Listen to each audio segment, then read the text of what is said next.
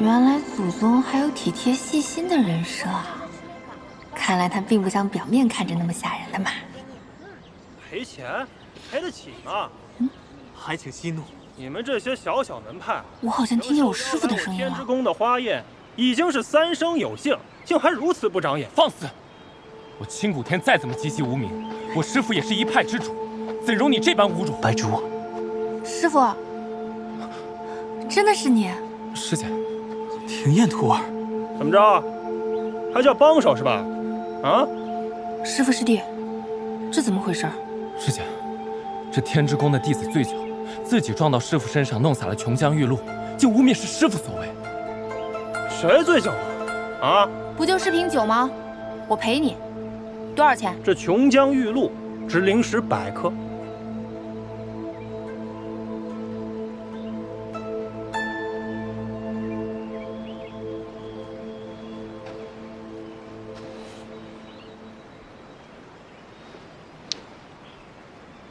我分去。满口胡言！你这小小混账弟子，你耍我是吧？简直是找死！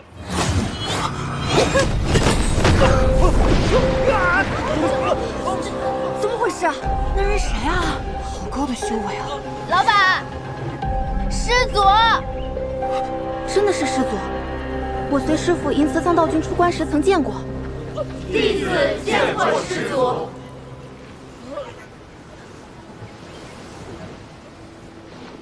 庭砚徒儿，还不快办！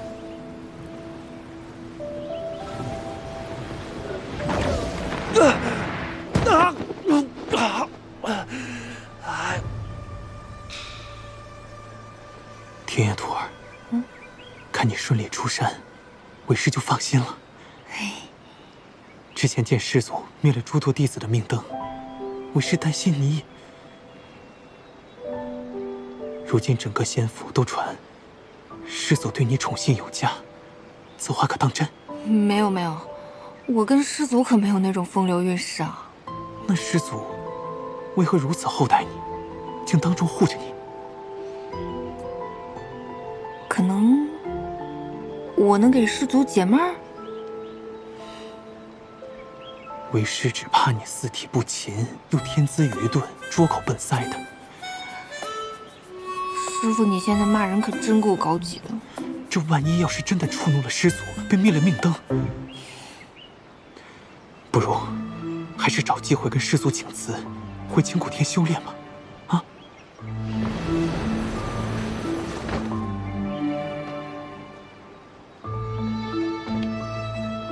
师祖，师祖，廖廷码是你派来我身边侍奉的弟子，我未曾开口，你便替我做主。师祖恕罪，弟子不敢。师祖啊，我师父他不是这个意思啊。还是你想要赏赐？弟子不敢受赏。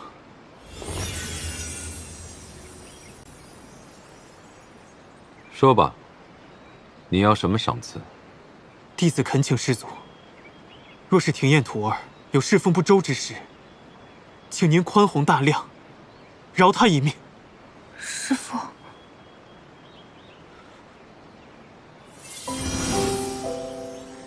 不允。倒是可以赏你们4条灵脉。啊，这么多！一口气赏了4条灵脉，不愧是一人得道，鸡犬升天。清谷天这个小小门派，以后怕是要赶上我们月之宫了。谢师祖赏赐。灵脉也并非越多越强便好，譬如白鹿崖的灵脉，不是你等有福消受的。白鹿崖的灵气滔天，不知师祖这话是何意？白鹿崖的灵脉，于司马氏族人是良药，对其他人来说是毒药。若他人用白鹿崖的灵脉修炼，修为越高越危险。公至合体，一旦与共，必死无疑。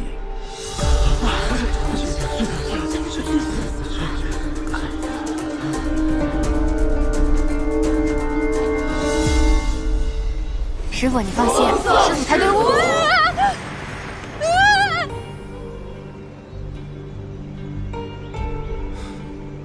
这司马焦竟然真的看上了廖廷琰，只是他既不动手自杀，也不出卖我的身份，究竟在打什么算盘？老板，我虽然不会修炼，但最近身体有些变化，可能是因为吸收了白鹿芽灵气的原因。我会不会有事啊？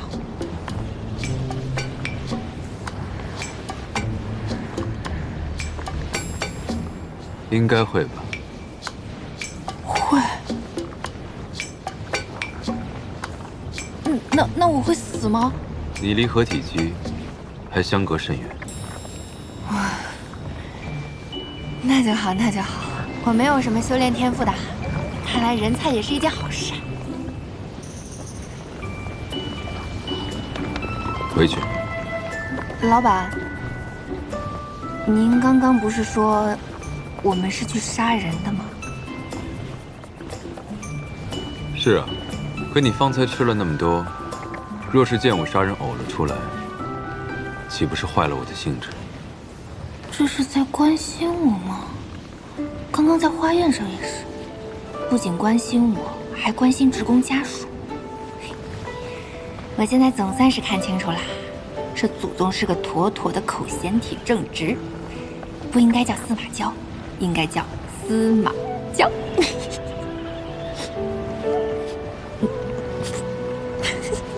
你在笑什么？我在想，您对下属真的是关怀备至，体贴入微，我对您的感恩之心有。闭嘴。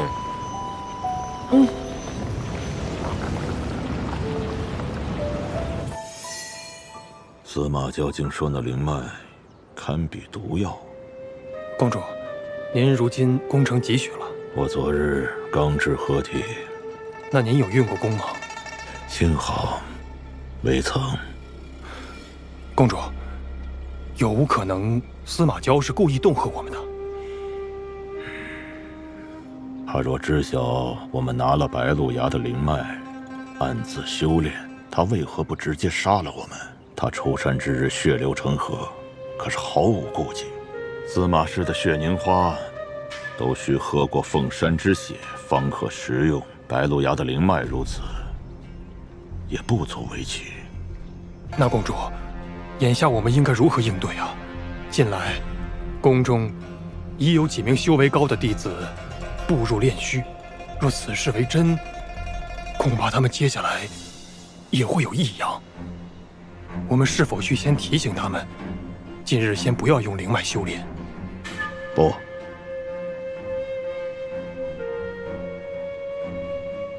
先稳住其他弟子，莫要声张。若司马焦所言为真，他们可为我做着马前卒。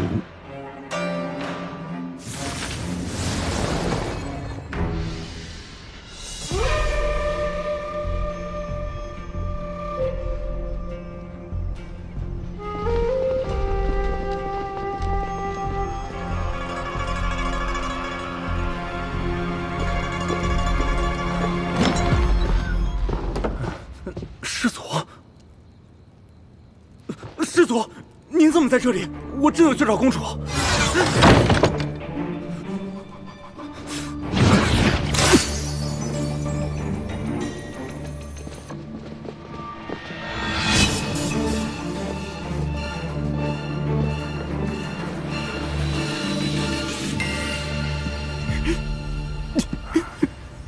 公主，这几日接连有宫中弟子在练功之时走火入魔，变得魔怔痴傻。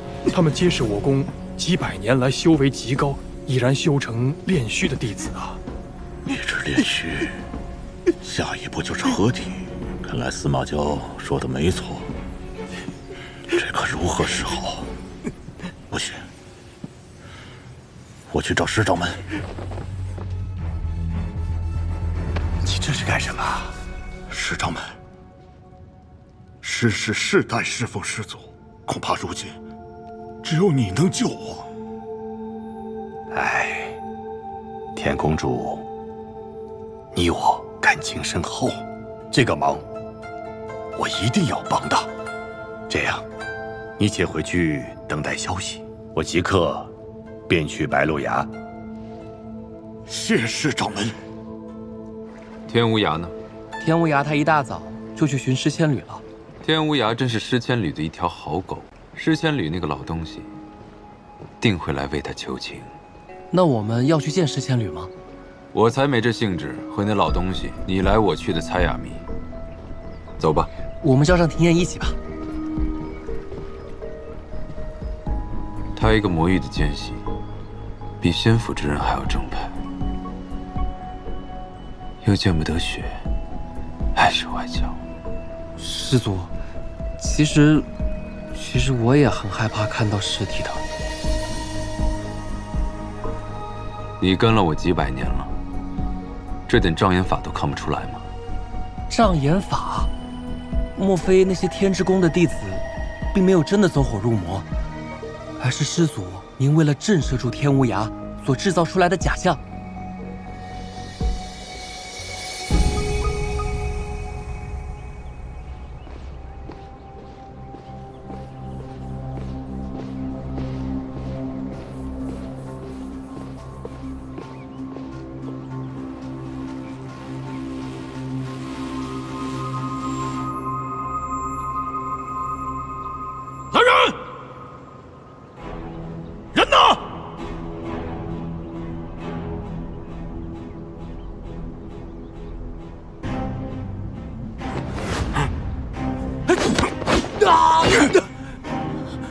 你疯了你！若不是公主你盗来白鹿崖灵脉，我们也不会至此颠地。胆敢妄言，还要杀我！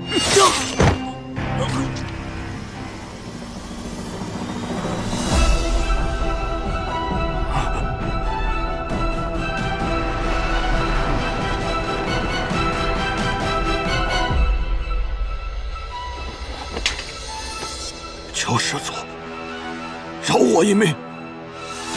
晚了。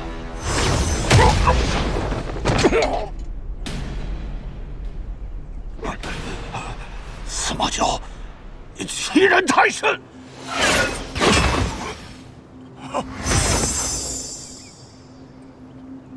妄图用凡间功法打败我，你窃取我白鹿崖的灵脉修炼，想必你现在的修为比我低不了多少吧？若运功用灵术反击，还能与我有个来回，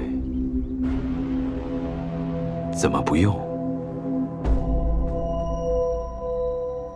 原来是做贼心虚，怕运功会被反噬。你要如何才肯放过我？你自己动手，我满意了，便留你一条命。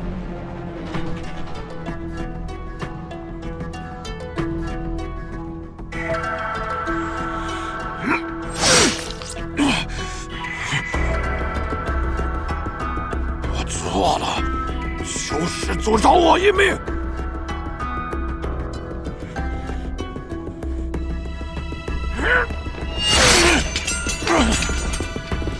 满意了吧？你对自己还真是心慈手软，只可惜白鹿崖的灵脉没有问题。道真，一试便知。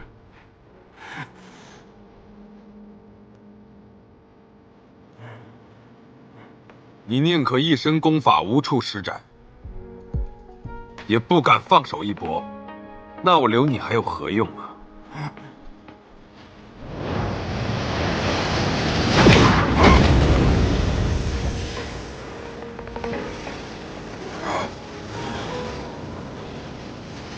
我没事。司马焦，你耍我！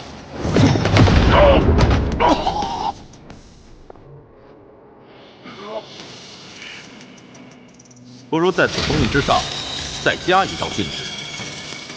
此禁制连至他全身经脉，可压制住他，令他无法自强。即使他再痛苦，也不能求死。你可还记得这些？你这是想以彼之道，还之彼身。师祖，我没有灵魂护体，受此定刑，只怕会没命啊！我法力强大，便理应受这500年的定刑之苦吗？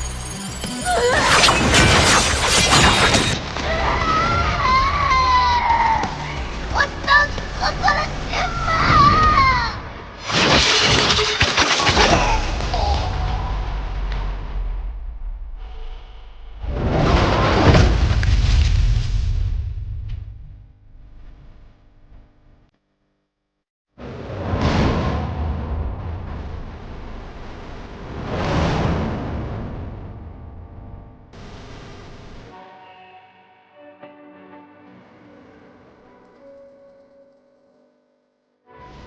天无涯死了，司马焦，你也太不把我放在眼里了。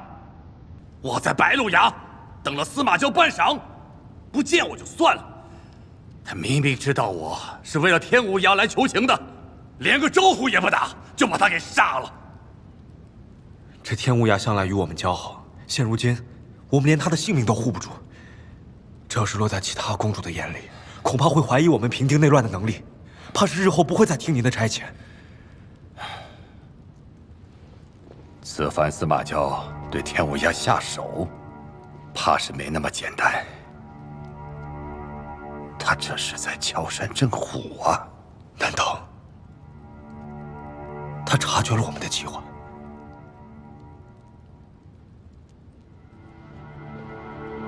他若是真的察觉，别说是我们失势，连整个庚辰仙府都有可能被他毁了。照我看来，他应该是还不知情吧。师祖，是仙侣正在召集其他各大宫的公主。果然是沉不住气了。但是天无涯已经死了，即使想要扶持新的公主，这一时半会儿也做不到啊。他召集他们干嘛呢？无非是封印我，或者杀了我。翻来覆去，不就这些伎俩吗？如果封印我，看来他的功法已深不可测。他若杀了我，他如何敢对您动杀心啊？如今庚辰仙府只有您才能供奉灵火，他是不想修炼了吧？才做如此愚蠢之事。若想杀我，他背后的心思就有意思了。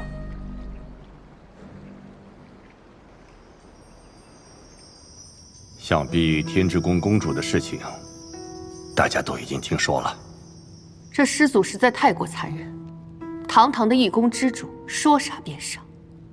哎，原本以为师祖只杀殷流年那等敌对之人，如今看来，我们到底还是低估了师祖的疯魔性子啊。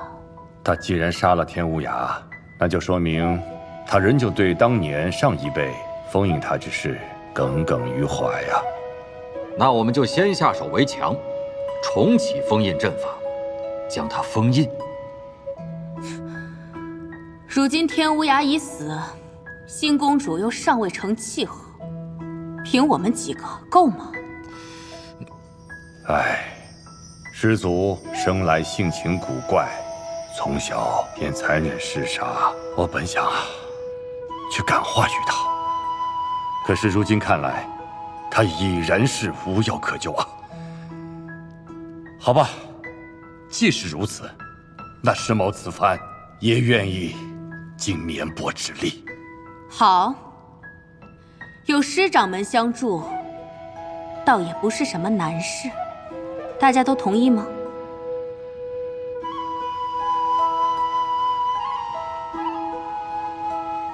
叶公主，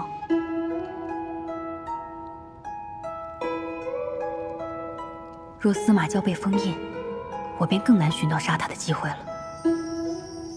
40之宫的袁公主看似有话要讲，不知是何意？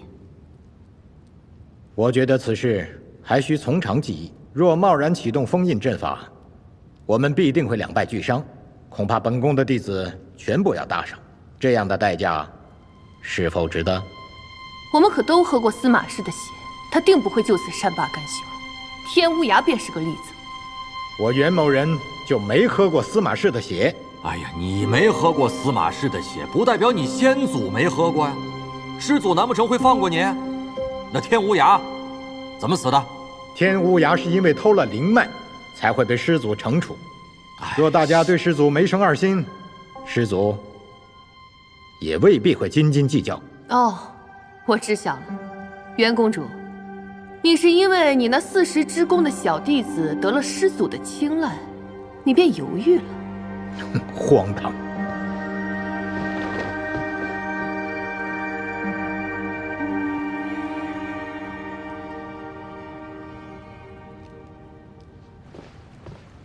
师祖，果然如您所料，侍仙侣已经召集其他公主，在商议要封印您的事。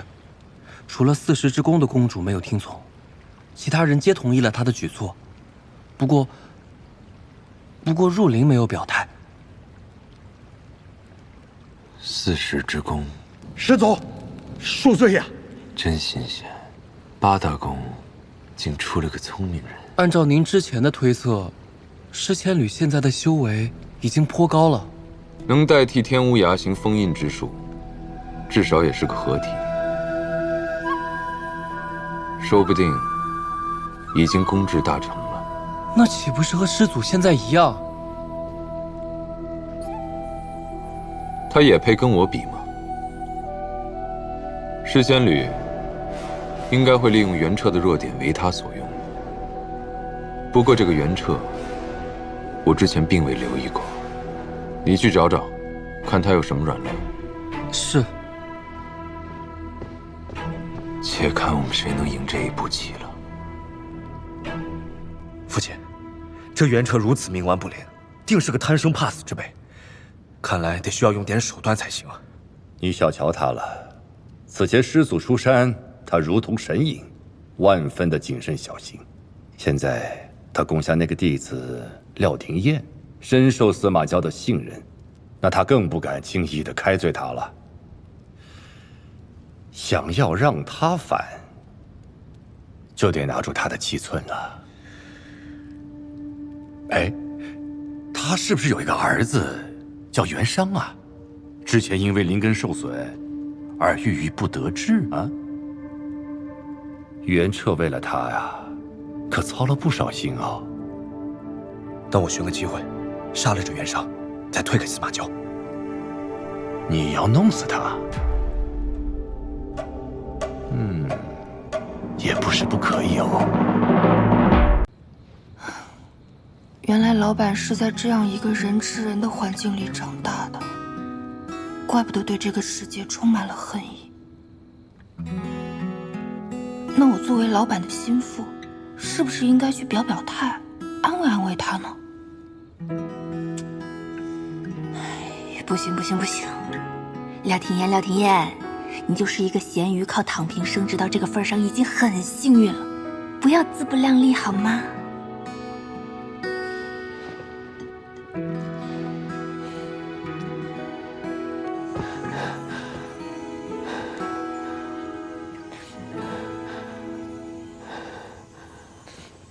老板，您怎么来了？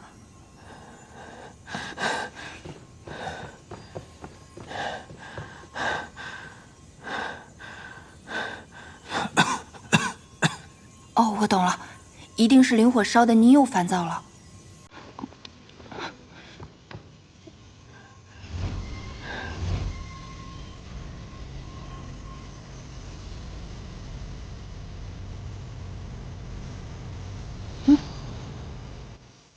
怎么回事？还这么烦躁吗？今天空调不管用了？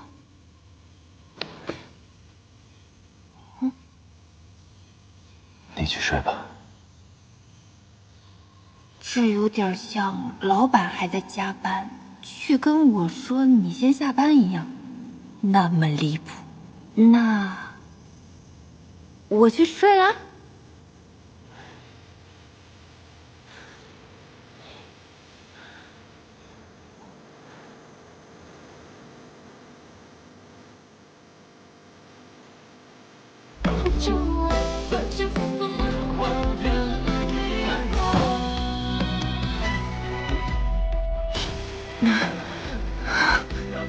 老板，你这样，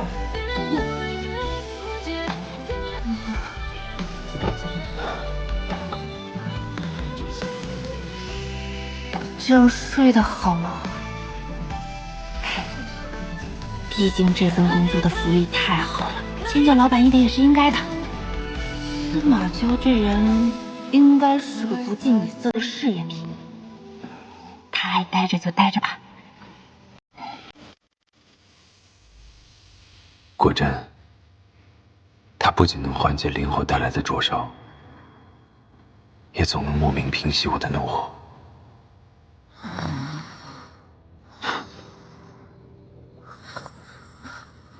醒醒，醒醒！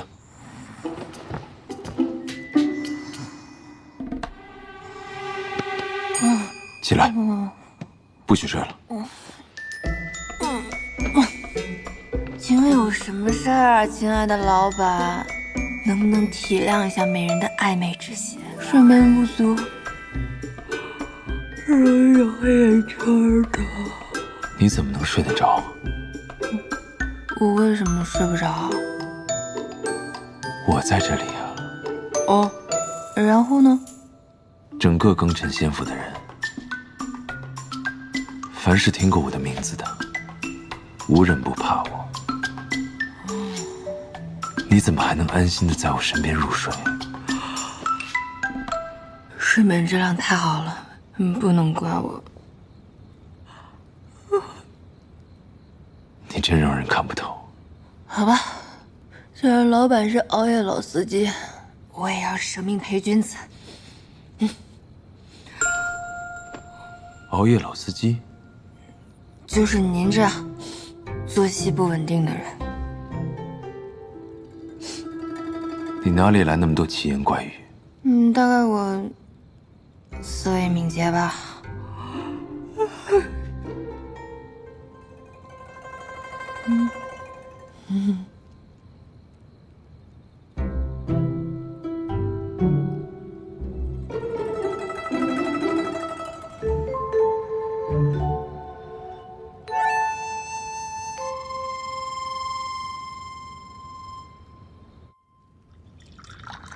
父亲，我听说司马焦让弟子们100人死斗，死的都是8大宫的得意门生。其他公主对此有何意见？是否有对您施压？他们当然心存不满了，但暂时还不会公然抗议，毕竟谁也不想惹怒司马焦。况且还有天无涯和我相互配合，只要不杀到我们头上来，师祖杀几个人又有何妨？他若真想全灭了我们，自己也会两败俱伤，讨不到什么好处。况且新的公主也是刚刚上任，现在形势不稳，他们这都也是有些怨气。我已经安抚下去了。父亲，那我们就随着司马焦这么胡闹下去吗？长此以往，8大宫恐怕会脱离我们掌控。司马焦被封印了那么久，心中的怨气难消，那总是要处理些人，平复一下心绪吧。再说了，死的都是些弟子，他想杀便杀嘛。如今他虽狂魔，但是至少我的话他还是能够听进去几句的。我们只要小心谨慎地照料着，在大计没有完成之前，我们既要稳住8大宫为我们所用，也不能让司马焦太狂。师祖，各大宫的弟子已赶至武斗场，还问今日的死斗何时开始？为了血凝花，他们连命都不要了。我看诗千旅和8大宫那些人，根本就不把这些弟子的命放在眼里。上次死斗之后，那诗千旅居然只稍作安抚了一下，就将此事化解了。看来这8大宫内有诗千旅的内应。内应？会是天无涯吗？只有他与诗千旅走得比较近。白鹿崖的灵脉本应由诗氏看管，看来诗千旅是给了他一些甜头。什么？难怪他最近的修为长得这么快。近日听闻已至合体期，尸仙侣也太可恶了。这些灵脉又不是归他尸仙侣所有，他就是一个看门的，凭什么替师祖慷慨啊？天无涯，好熟悉的名字。父亲，司马焦的修为增长如此之快，不会有朝一日挣脱这锁链吧？无涯，你放心，这8根封印法钉已经打入他的体内，就算来日他能挣脱锁链，也无法脱离封印法钉的镇压。那万一他要是忍受不了痛苦自戕，那可怎么办？毕竟他的性命连着灵火，他若是死了，庚辰仙府的灵脉岂不尽数散尽？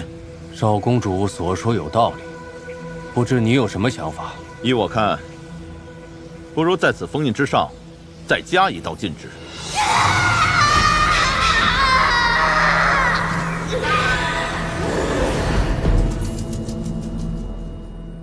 你方才说他修为几何？天无涯的修为刚步入合体期。今日有宴会吗？有的，今日天之宫举办花宴，邀各宫的弟子参加，应该十分热闹。很好，那我们也去凑一凑这热闹，与天无涯好好戏耍一番。好啊，师祖，那我们何时出发？待廖廷琰醒来。师祖，这是在关心廷琰吗？师祖是不是想让廷琰多睡一会儿？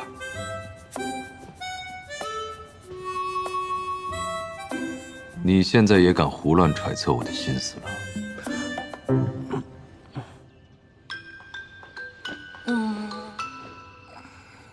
一觉睡到自然醒的感觉就是爽。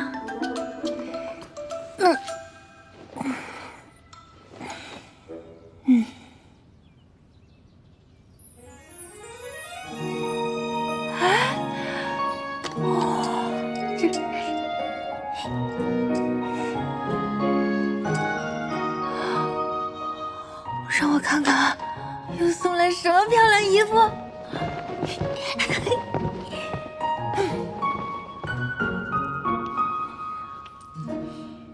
魔镜啊魔镜，告诉我，谁是世界上最美丽的女人？是廖廷琰。奇迹艳艳，快乐变装。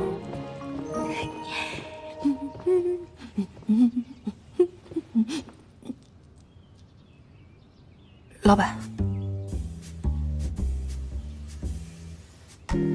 走。昨天才刚加过班，今天能不能不要加班了？什么是加班？就是像您现在这样，要我24小时待命。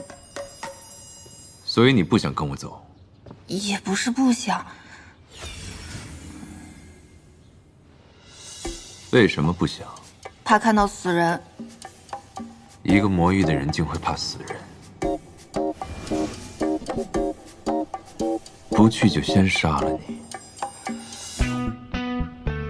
您等我换个利索的衣服啊。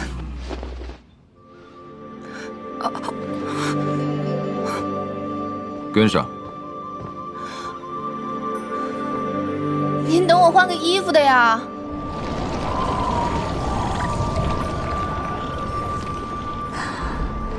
这满园的果香。老板，我们这是要去哪儿啊？去杀人。可以不去吗？你觉得呢？这是谁呀？这派头比我们几个宫都大，说不定是什么大弟子啊！哎呀，别去理他。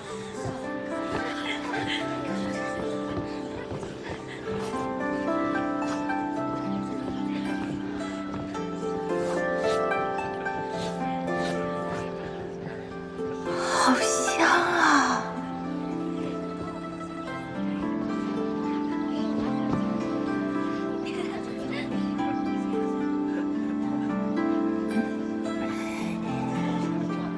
你想吃什么就吃吧。那我就不客气了。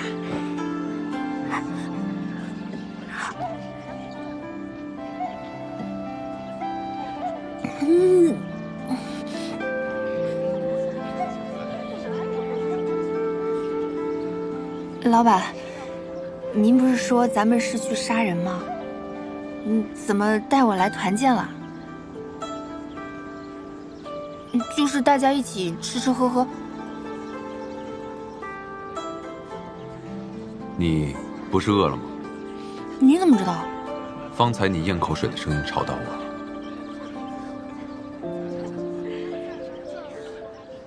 所以是因为我馋了，特意带我来吃东西的。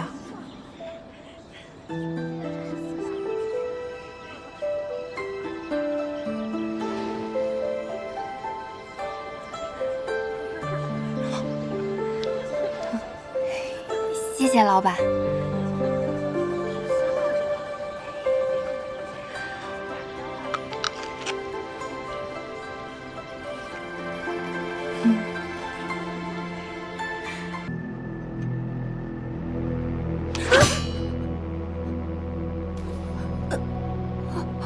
还记得我是怎么教你的吗？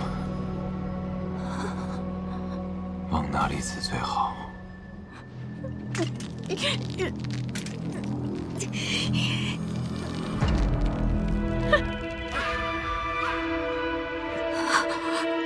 动手！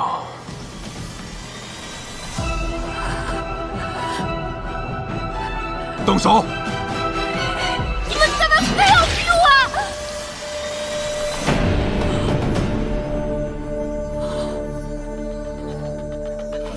老板，您怎么还碰瓷儿呢？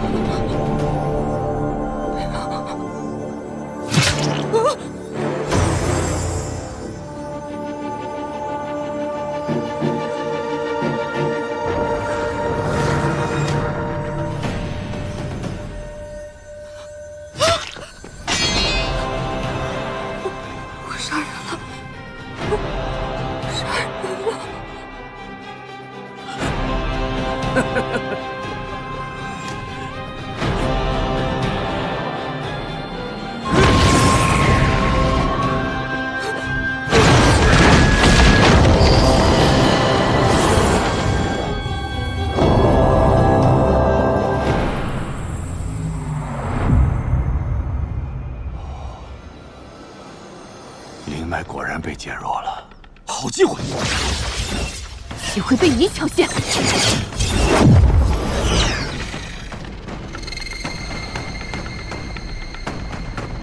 邢公主，你不一起进去吗？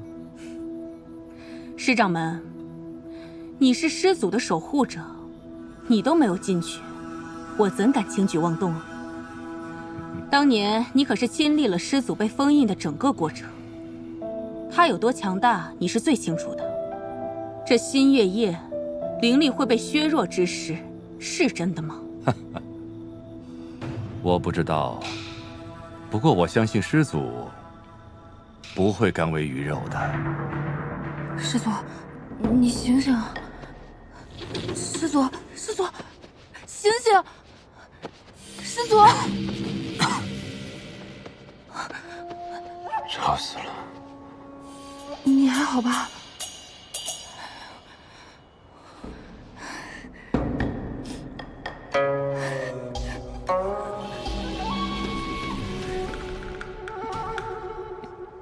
怕了？当然怕了，我连鸡都没杀过，上来就让我杀人，您怎么自己撞过来了？放心，这是解开封印必要的一环。什么意思啊？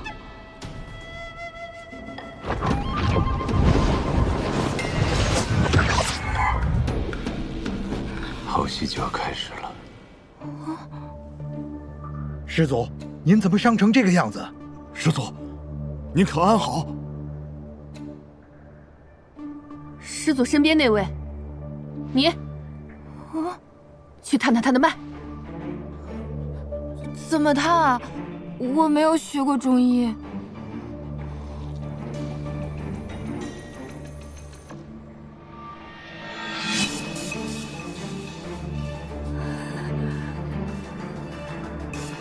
何须再探？看他这样子，想必是真的不行了。没错，我已经身受重伤，灵力几乎消耗殆尽。想必你们也是有所发现，才赶过来的。人都齐了，甚好。我的命就在此，来拿吧。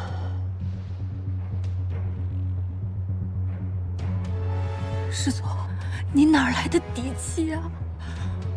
我俩刚避免了你死我活，又要同生共死了吗？我不让你死，你就不会死。司马焦，到了如此地步还这般猖狂，我等好心送门下弟子前来服侍你，你却无故杀戮，是何道理？你又是哪个宫的？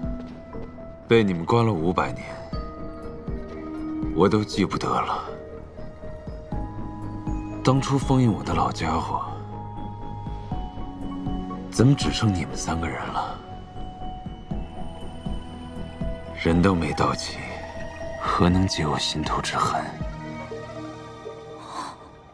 这个时候还要拉仇恨，不愧是祖宗，我真的佩服。诸位都听见了吧？司马焦这是要和我们翻旧账了。今夜我们联手，定能解决他。若今夜不杀了他，日后谁都逃不掉。糊涂啊，真是糊涂。我死了，便没人能再供养灵火了。你们可想清楚了？待你死后，我等手握血凝花和你的尸身，自然会庇护庚辰仙府众人。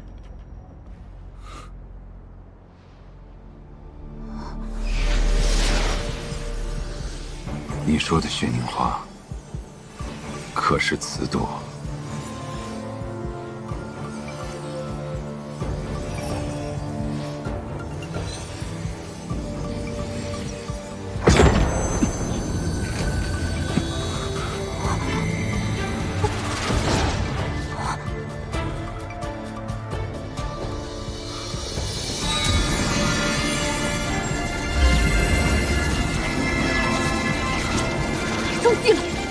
司马焦是想用我们8大宫前来，用我们的血解除封印。快走！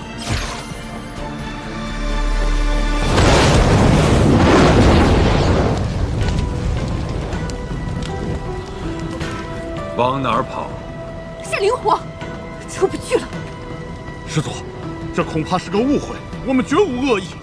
至少我们天之宫，绝没有对您不敬的意思啊！果然，你新月夜会虚弱一事是个谎言。现在才意识到，迟了些吧。跟他拼了！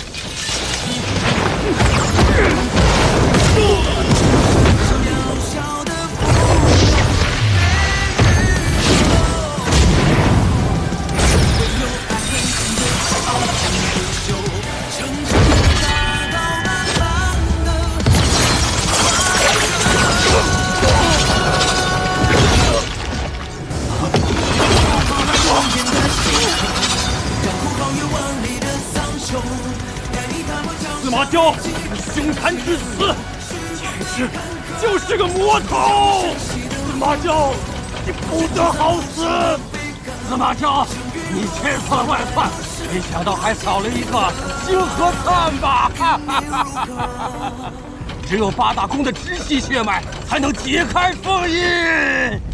那星河灿平时胆小如鼠，现在却使你计划落了空，也算是立了一大功啊！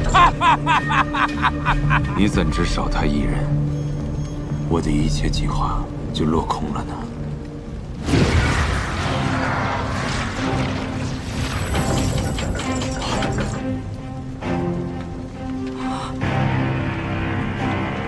你们送进来的人，我当然要好好利用。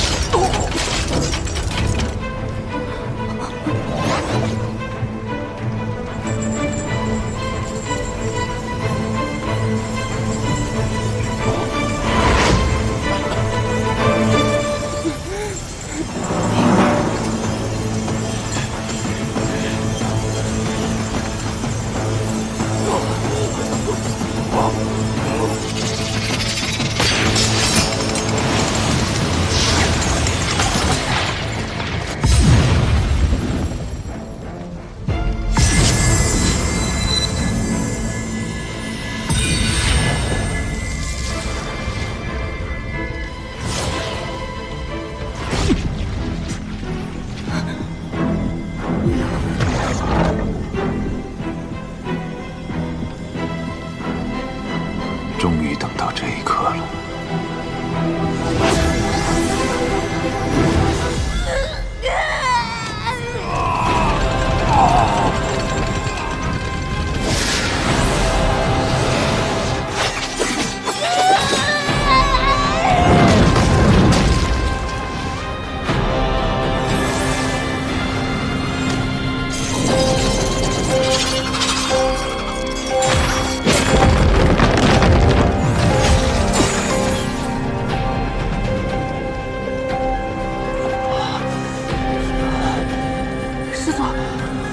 好吗？我已经忍着家眼的封印很久了。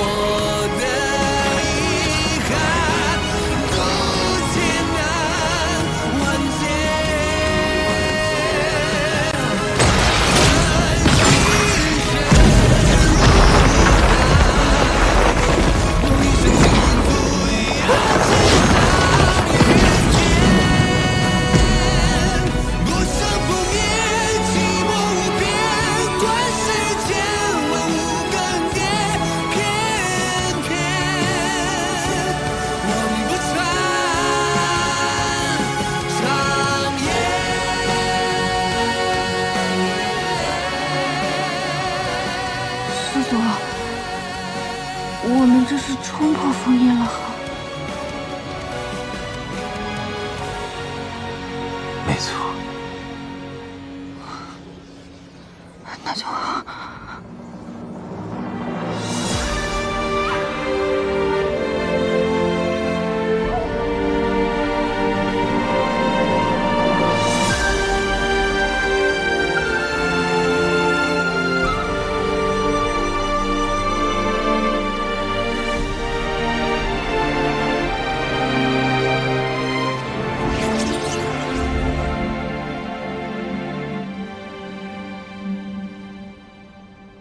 封印竟然被解了，果真，灵力被削弱之事是假的。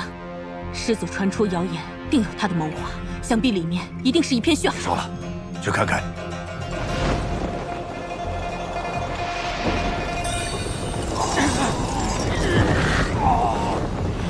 你看他们每一个人，走出去都是令人畏惧的大能。你看看他们现在那样子。 多可笑！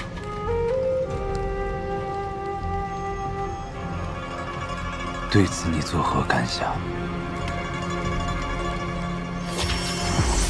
你的腰好细。什么？我觉得你可能是被关久了，饿成这样的。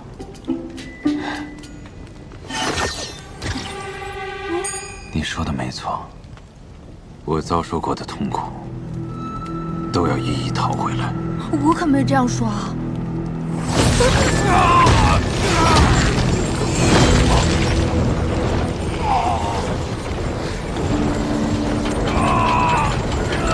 你公主！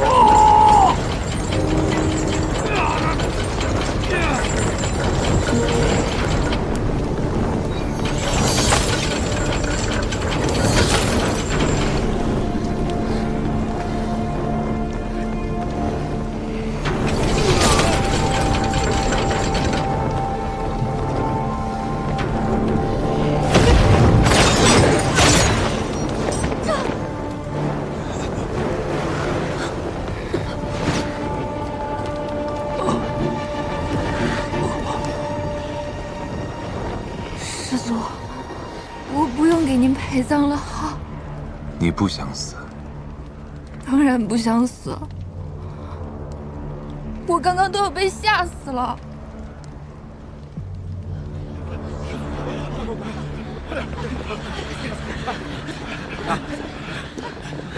师祖出关了！什么？快！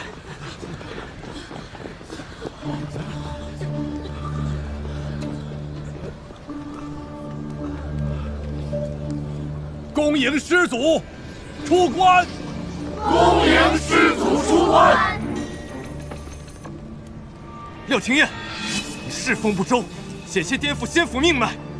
师祖，弟子今日就替您清理门户。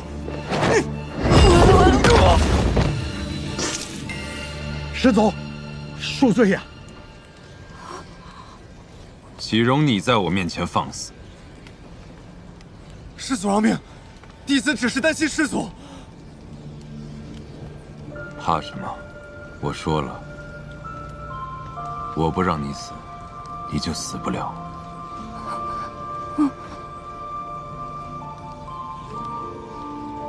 这位弟子是四世之宫的吗？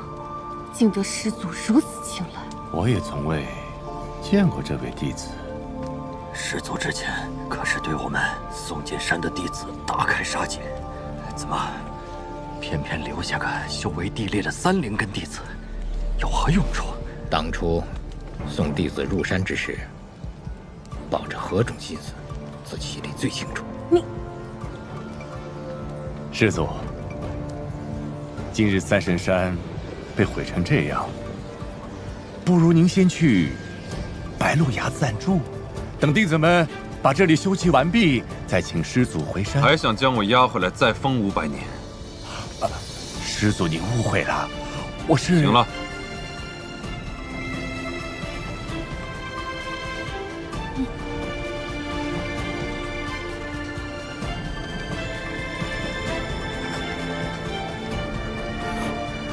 师祖，您不会因为我目睹了您的杀人现场，就把我灭了吧？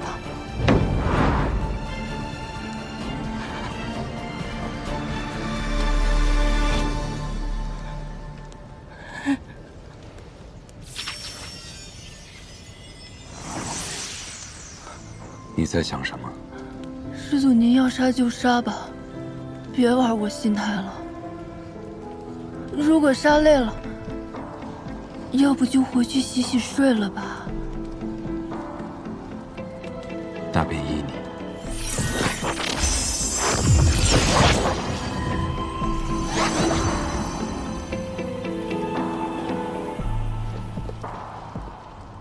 师掌门，师祖，这是何用意？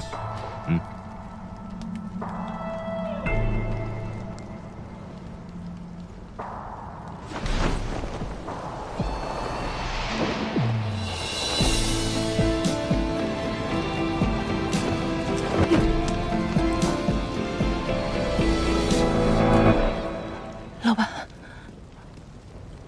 师祖，我还想活，您千万别杀我。那便留你一命。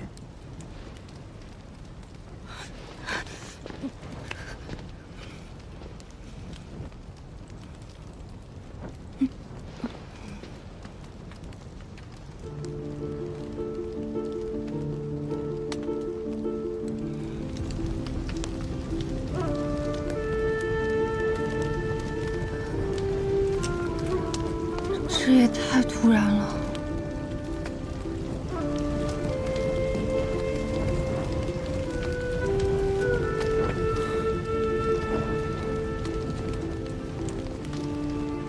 突然吗？我为这一刻已经准备了500年，以8大宫直系血脉为我解开封印结界。这方法我一直都知道，但难题在于如何凑齐8宫血脉为我解封。我出不去，只能让他们进来。我将灵火炼出分身，增进修为，为的就是点燃8大宫心中的恐惧。师祖，息怒啊！师祖息怒！他们恐我冲破封印结界，自会派人进山。弟子婉灵，仰慕师祖风采，愿侍奉师祖。一旦送进山的弟子丧命，他们便会因畏惧之心蠢蠢欲动。师祖怕是还记着昔日的恩怨，让我们先下手为强。你去把塔外的结界消了，老鼠会顺着缝隙溜进来。而这第一个新月夜，就是我最虚弱的时候。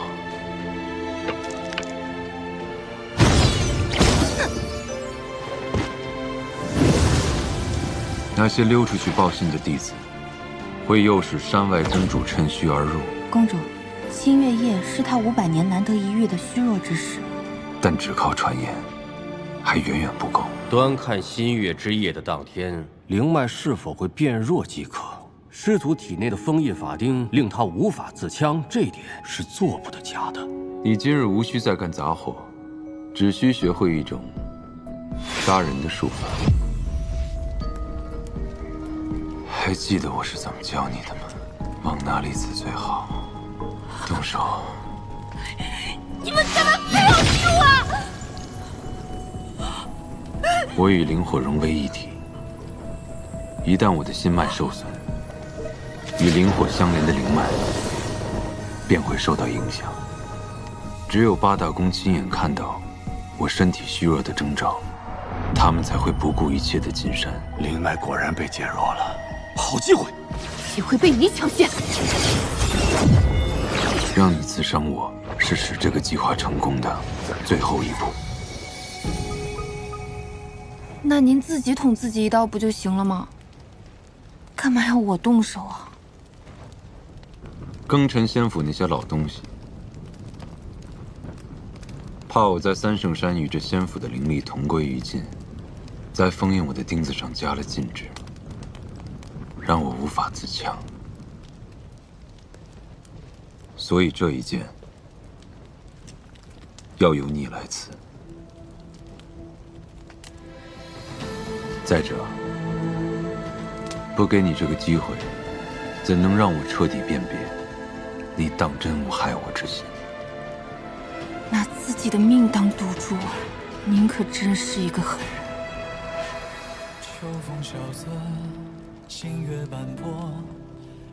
你是不是想骂我？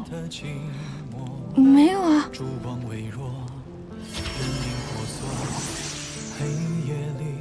你是不是想骂我？是。骂来听听。杀人狂，大混蛋，你满意了吗？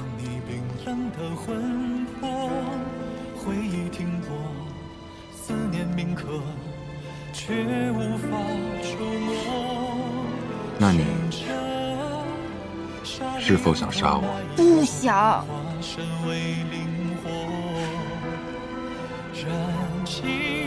这所有的因果。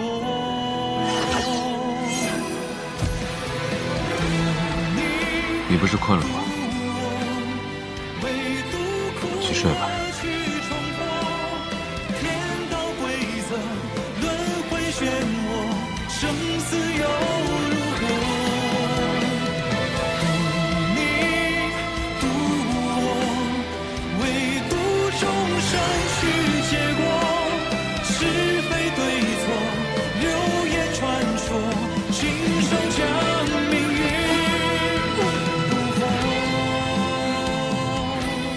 又狗过了一天。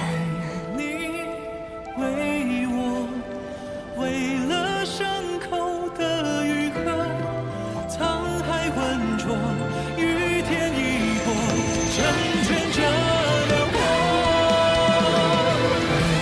你为我，为了晨曦的投射。司马焦在这里被封了整整500年，现在终于出来了。为什么他看起来并不开心呢？这仙府定藏了不少秘密，再让那群人苟延残喘些时日，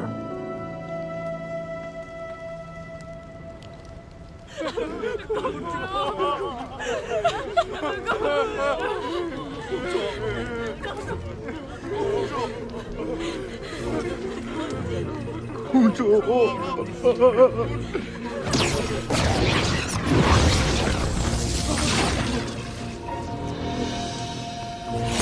这贱奴竟想要夺位！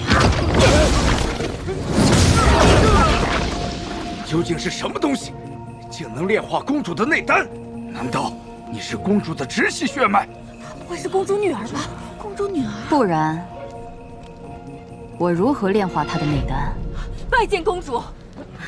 拜见公主。拜见公主。从今日起，阴之宫由我叶入灵掌管。若有不服，尽管来战。弟子不敢。拜见公主。司马焦，你也算是做了一件好事。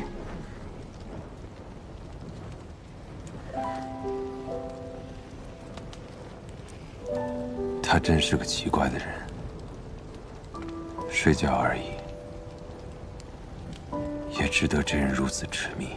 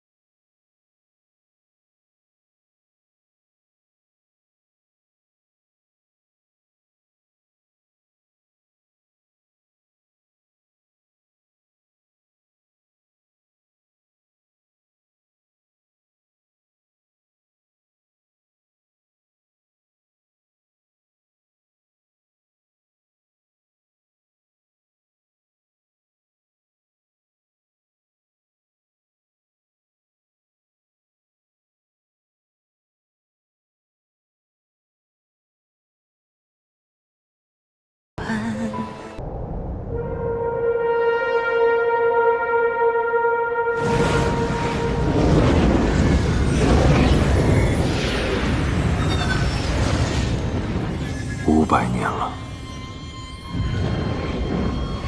一切都要结束了。司马焦，这山中有结界压制，八大宫将你封印在此，代替你成为了这仙府之主。你身处绝境，又如何能改变这命运？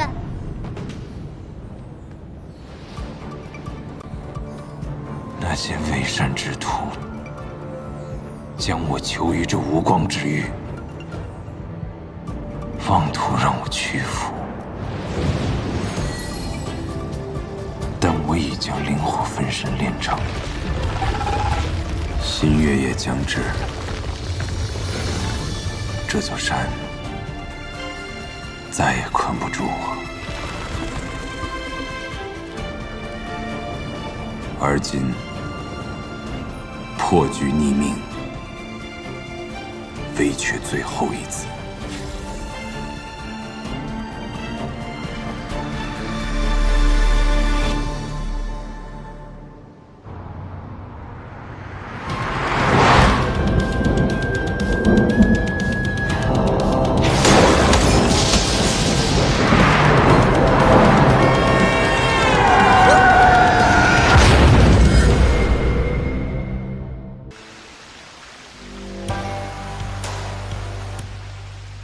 是天堂还是地狱啊？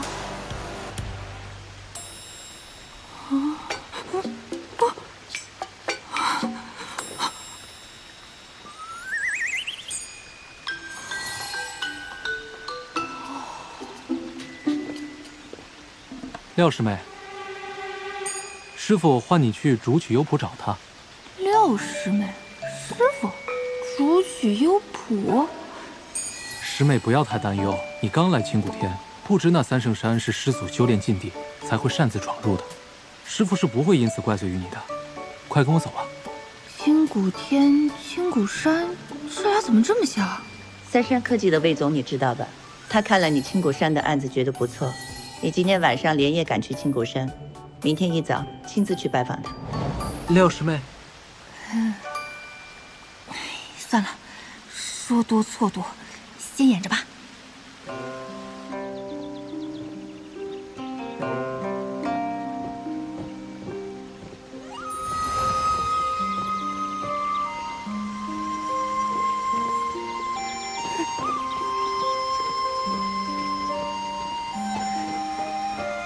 这难道就是传说中的修仙世界？师傅，廖师妹带到了。好。长青徒儿，你先去忙就是。是，徒儿先行告退。那我……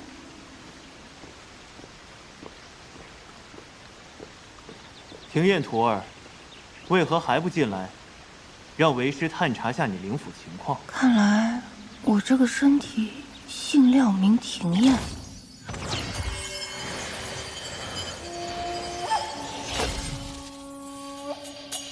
三圣山外的结界，果真是伤了你的灵府。灵府？那个是啥呀？灵府是一个人最隐秘的地方，神识、神思、神魂都在其中。说的什么啊？怎么都听不懂啊！若是伤了灵府，便会像你这样意识混沌，胡言乱语。既然你已忘却前尘，那为师便来告诉你，这里是清谷天庚辰仙府下4时之宫的一个小门派。你已拜入我清谷天门下3月有余。这次叫你过来，是为师马上要带你出发，参加选拔。不是吧？这神仙世界怎么也还要卷啊？这你都忘了？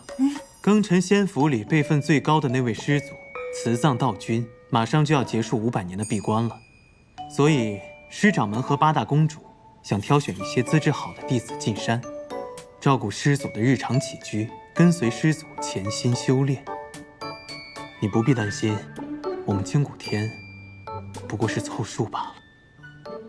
那我就是个分母嘛。行，只要活着，什么都好说。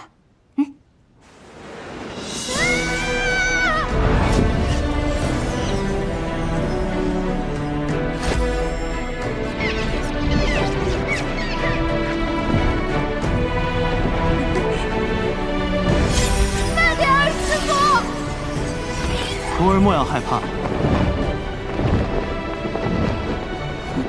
在你脚下，便是绵延8888里的庚辰仙府。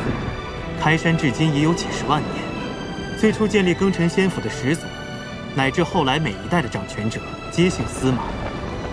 如今，庚辰仙府的最后一位司马，便是这位即将出关的慈葬道君。哦，看来这位师祖在你们这里是那种说一不二的大人物啊。师祖，自然是最德高望重的。整个庚辰仙府，就是因为师祖才得以拥有充沛的灵气。至于师掌门，他是内府的掌权者，师世历代负责侍奉、守护司马一族。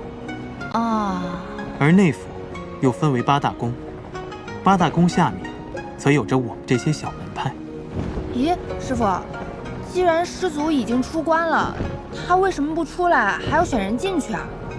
这个嘛，为师也不是很清楚。兴许是师祖喜爱清静，不愿出山吧。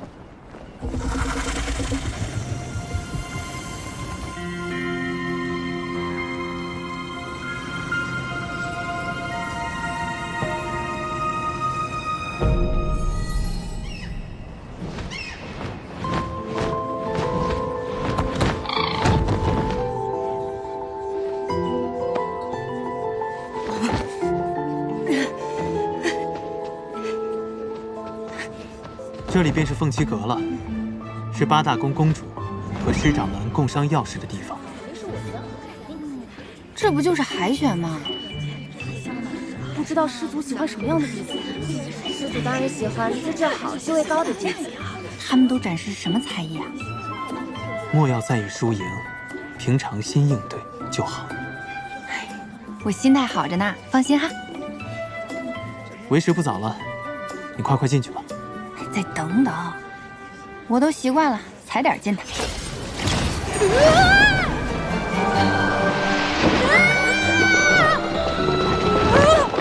干什么呀，冒冒失失的？哪个宫的呀？不好意思啊，你们继续。这位是哪一脉的师妹呀？你好，我是40之宫清谷天一脉的东阳真人门下的弟子。原来不是师妹，是师侄呀。哦，那见过师姑。您看着比我大好几百岁，您叫我声孙女我都能答应。你少奉承我，像你这种修为低等之人，居然同我们一同参加选拔。怎么有种凉凉的感觉？天大的笑话，是不是啊？就是，没什么本事，就凭这脸生得好看。谢谢，你说话真好听。你说什么呢？就是谁夸你？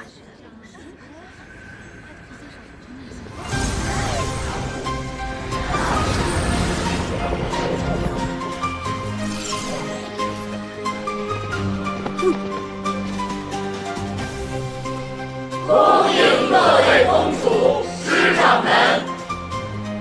今日，各位公主们将从在场的众弟子中挑选100人，进山侍奉师祖，照顾师祖起居，伴其修行。选拔正式开始，众弟子只需静心盘坐，打开天灵，静候佳音。是。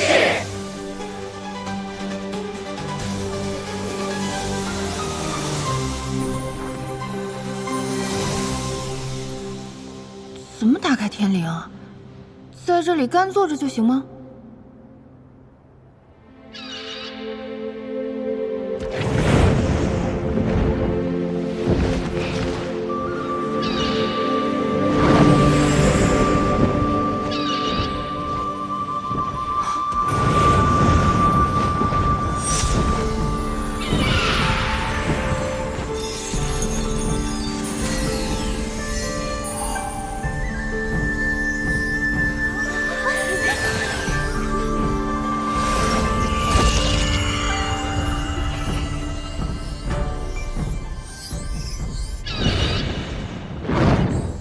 是来凑数的吗？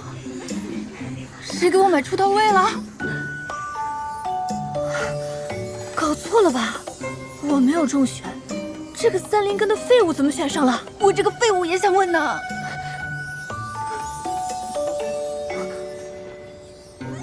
娘，师傅。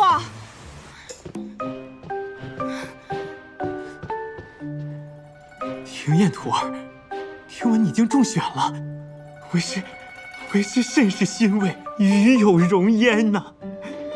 我清谷天自开创以来，不是说好了我只是走个过场的吗？怎么就被选中了？你能不能跟上面反馈一下？我不想去，有的是人抢这个 offer。什么佛？总之，我愿意把这个机会让给别人。可我们清谷天只是40之宫下面一个小小的门派，能够入选已然是大幸了，哪有推辞的道理啊？再说了，这是师掌门和8大公主共同做下的决定，已经没有更改的余地了。怎么修仙世界也有这种职场压力啊？我只想当个美丽的废物，而且我对这什么都不了解。那万一我把这个师祖惹生气了，他不高兴了，我可担不了责。你也莫要担心，虽然为师也未曾见过那位慈藏道君，但听着道号，想来也是一个宽厚、慈和的长者。你若是无心侍奉祖宗，想来他也不会为难你的。3圣山灵气鼎盛，你此次前去，定能提升修为啊！